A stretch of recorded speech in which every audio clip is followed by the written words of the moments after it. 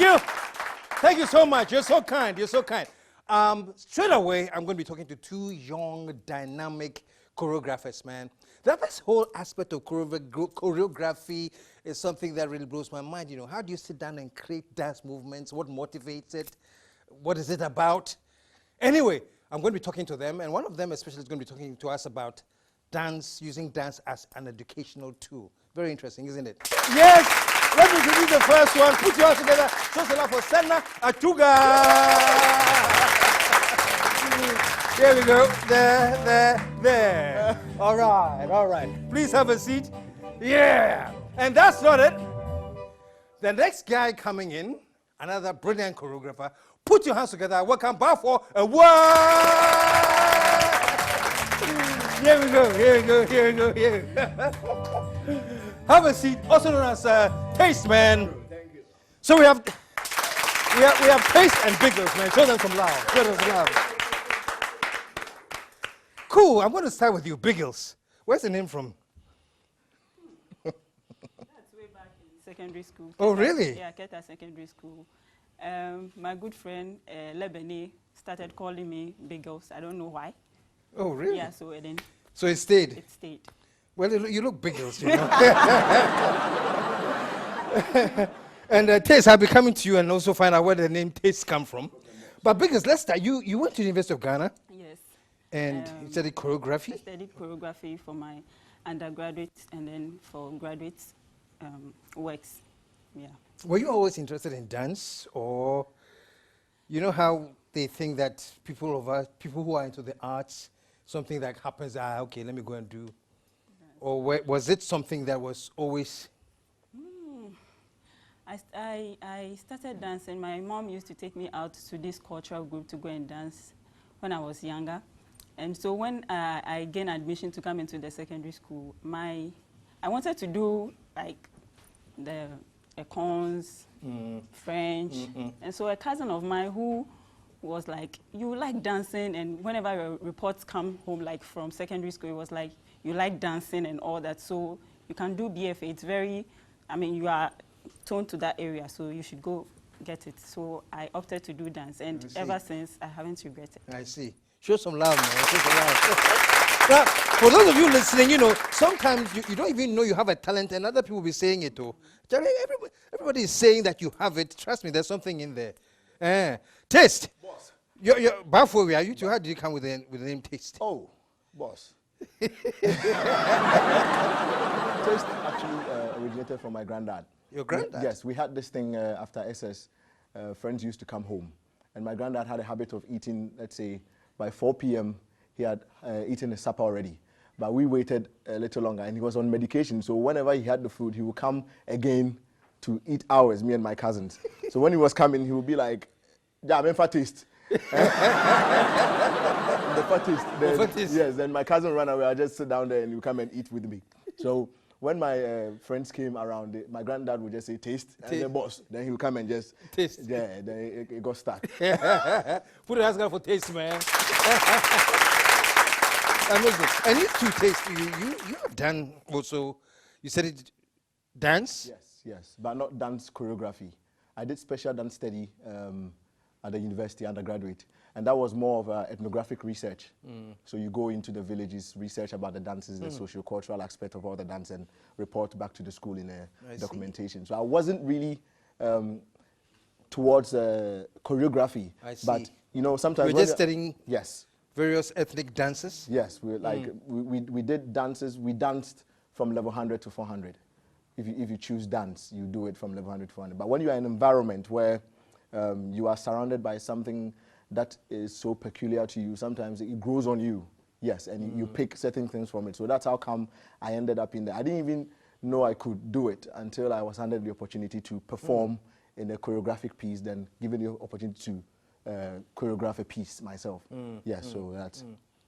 Wow, show some love. And the same question I asked Biggles. You studied at the university. Yes. Did you always want to do it? Was there a love for that particular direction, or you just happened, you stumbled onto it? Well, you see, a lot of people go to the university who find themselves in the performing art are not actually looking to do performing art. They are looking for a way out. Yeah. Yes, and like me, honestly, I wasn't interested in the performing art. I see. But I found myself there somehow. I was looking for a way out. Amen. I found my way there, and the idea was to study drama and music, not dance, because I didn't see myself to be a dancer or have any knowledge in dance. But I fell in love with the dance as I went on, and the music was very difficult for me, so I dropped it and opted for dance and drama. Then as time went on, I began to understand what dance really meant or movement really meant to my understanding. So there was an epiphany, and somewhere in level 200, 300, then I opted for dance. That's how I got stuck. I see. Yes. And you've been stuck since. I've been stuck since. Amen. Actually, to God. God be the glory. Amen. Amen. We're talking about Bezos. We were talking about dance, learning from dance. What interesting things do you think you have learned from dance that has enhanced your life? What do you get from dance that adds value to you? I say dance is a way of life. It's, you know, when I came to the university first year, I was very shy. And even my TAs were like, oh, this girl, she's shy, she's this, she's all that.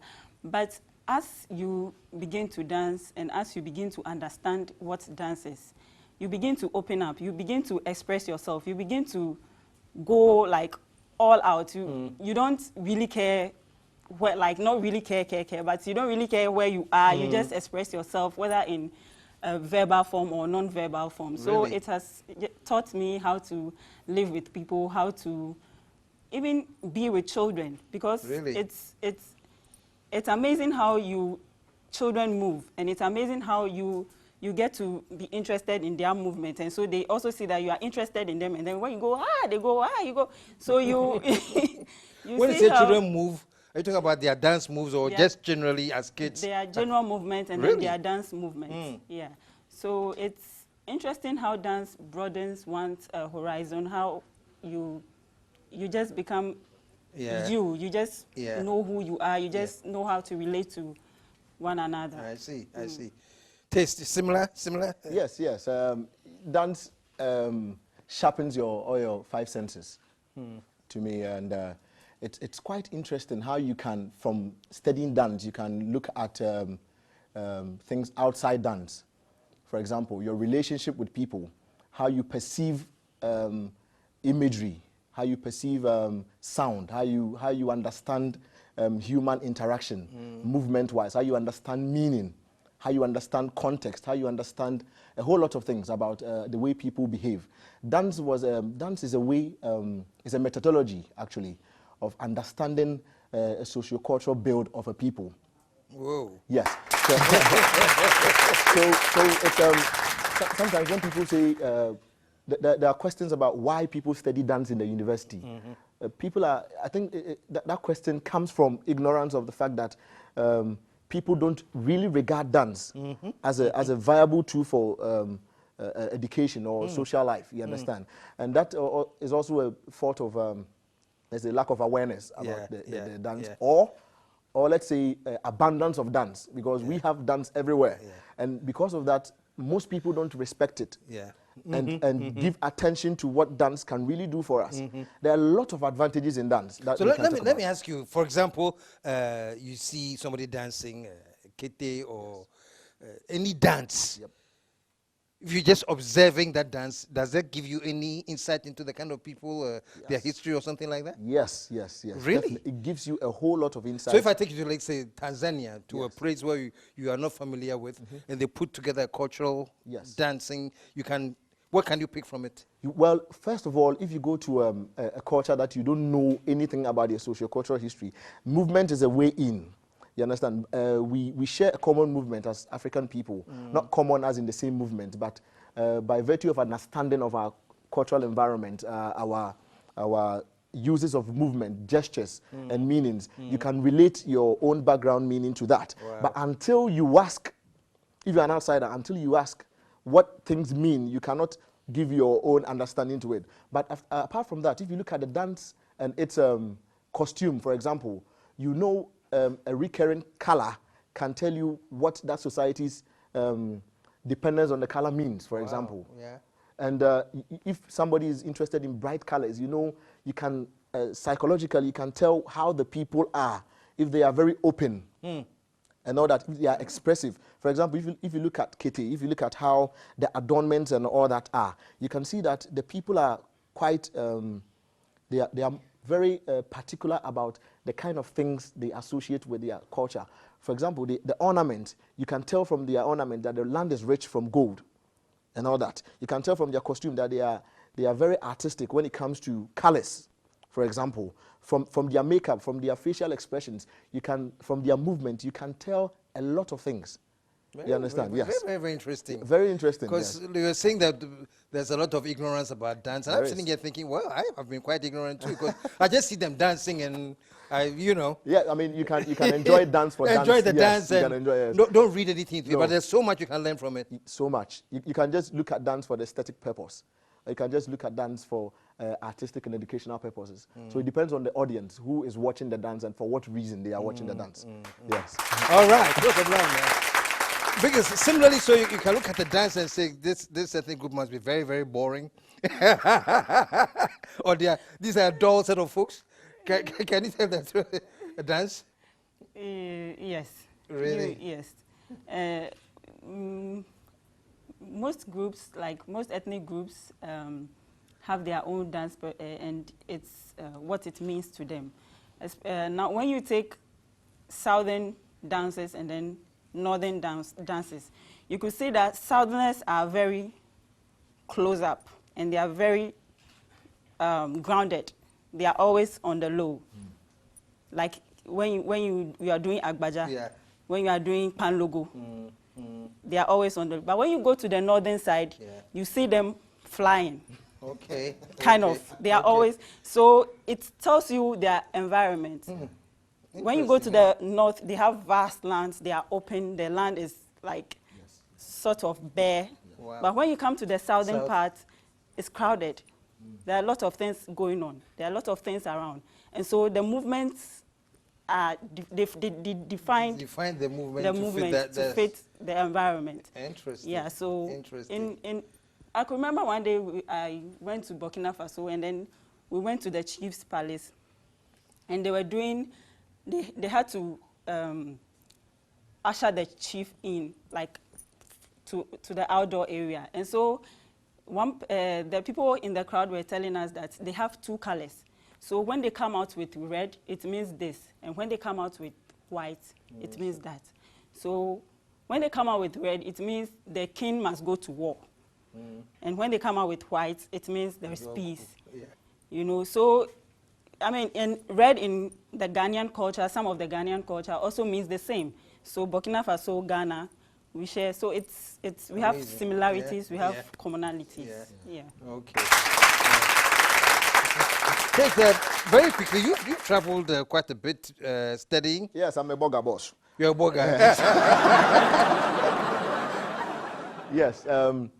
My first travel took me to Burkina Faso. That was in 2009 for the FESPACO Film Festival. At that time, I was in level 300. So I joined the RTV group to Burkina. It was a one-week trip and was concerned with movies, films, and all that. But I caught my break in 2012 when I led a dance delegation to India for the African Festival. So we represented Ghana, and I led the delegation to India, New Delhi, to be precise. And we performed a host of traditional dances for the Indian public. We performed with people from Senegal, Seychelles, and Guinea. Yes, and after that, I got a scholarship to study in Europe. The Coromandus International Master in Dance Knowledge, Practice and Heritage. Wow. It's an Erasmus program, and it was new in 2012. So a colleague of mine, we went together, Senor Ochri, a.k.a. Epistemo, shout out. we were the first Ghanaians to be on the program. And it was a 2-year program. So we studied in Norway, we studied in France, we studied in Hungary, and we ended in the UK.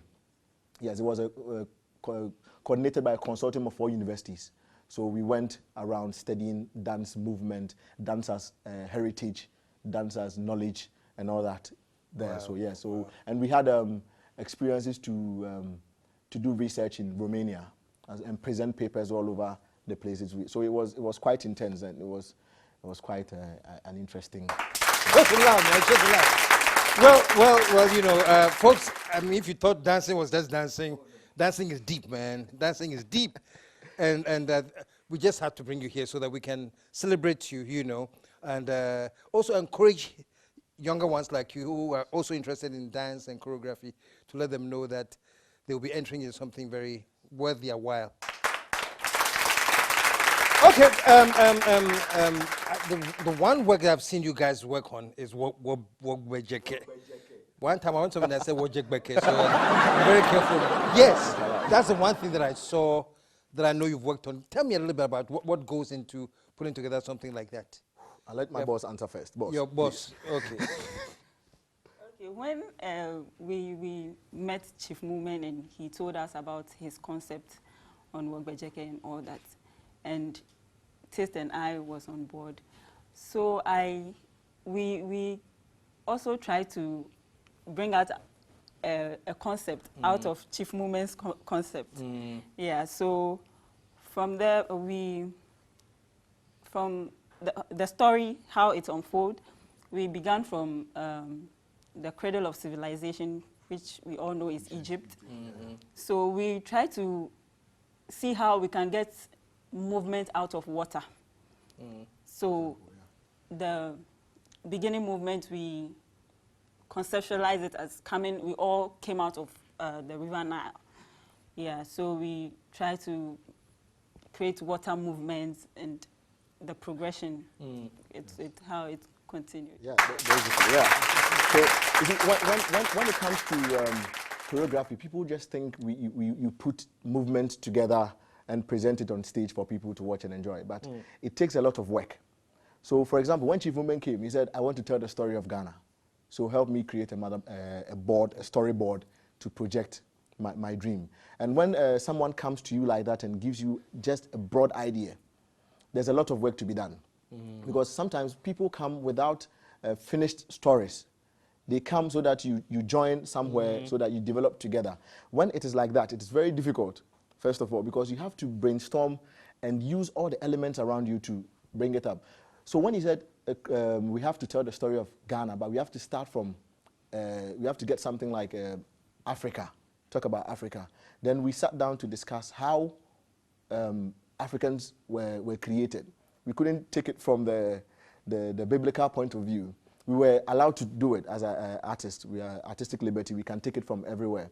But we wanted to, we put our audience in perspective because we wanted them to understand. Most of them are not Christians and they don't believe in the Bible and all that. So we have to take it from elements, for example, elements that we are all familiar with. So sometimes when coming up with choreography, there are a lot of politics in play. First of all, you are working with someone who has a dream, who has a specific idea. And you have to tailor your ideas to suit that, even if it goes contrary to your own beliefs or understanding. That is where the politics comes in, because he's coming in with the funding, and you are coming in with the idea. You are getting paid. But sometimes, you see, there's a back and forth argument and all that. You brainstorm, you argue, you fight. Sometimes it gets to the extreme, you fight. You go your separate ways, but you have to unite for the work. You understand? So when people say, oh, I just came to see this choreography, it's just movement, and you put, no. There's a storyline. You have to tie the story, to the dance. Because the dance, in the case of Wogbejeke, the dance was throughout the whole thing. So it behoved on us to find linkages where we could tell the story from the drama point of view, but the dance serving as the underlying motif throughout the whole performance. So if you saw the performance, you see that right from the beginning, the cradle of civilization, we decided to engage the audience, engage their thinking. It was a historical class, some will say, because some of them said we didn't even know things happen like that. Yeah. Yes, but what made it stronger, in our opinion, we are entitled to our own bias, but in our opinion, was the dance. Yeah. Yes, and the dance did it. The whole thing was the dance. Yes, telling the story through the dance. Yeah. Yes, and sometimes people come and watch and they say, "Oh, why did this happen this way? Why did that happen this way?" People don't understand the politics of choreography. People don't understand what goes into choreography. A venue can affect your choreography. A venue for performance can affect your choreography. The dancers can affect your choreography. Lights can affect your choreography. Music can affect your choreography. A whole lot of things can affect your choreography. So you're saying as a choreographer, you should take all these things into consideration? You should take all these things into consideration. I just want to make mention of how the amateur category, the dancers from the amateur are like, for us, they are a big inspiration. We come from an academic point of view, but they live in the dance world, for example. And sometimes as a choreographer, you don't necessarily have to have an idea. Sometimes we just sit back and we just tell them to do something. And we just sit watching and discussing. And from their own interaction with themselves, with the dance, that is where most ideas come from. So you can have an idea, I want to kill someone in this particular solo or duet. But going about it, it's not easy.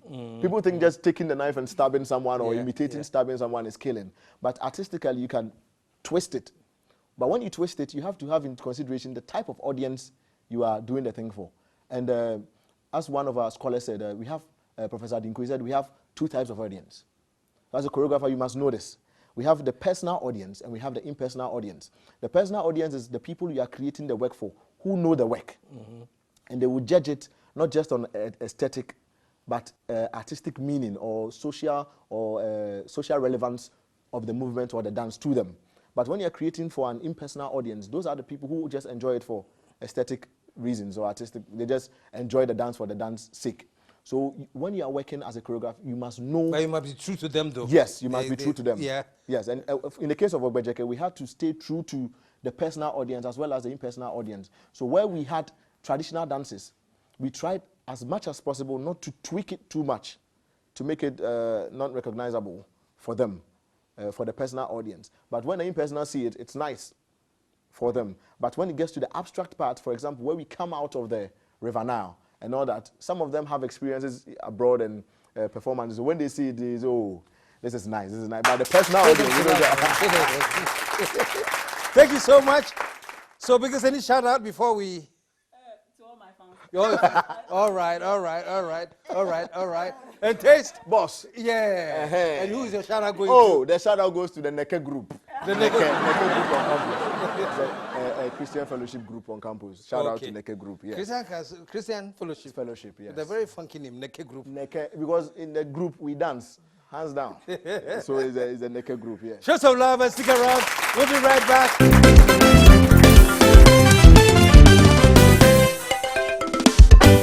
The KSM Show.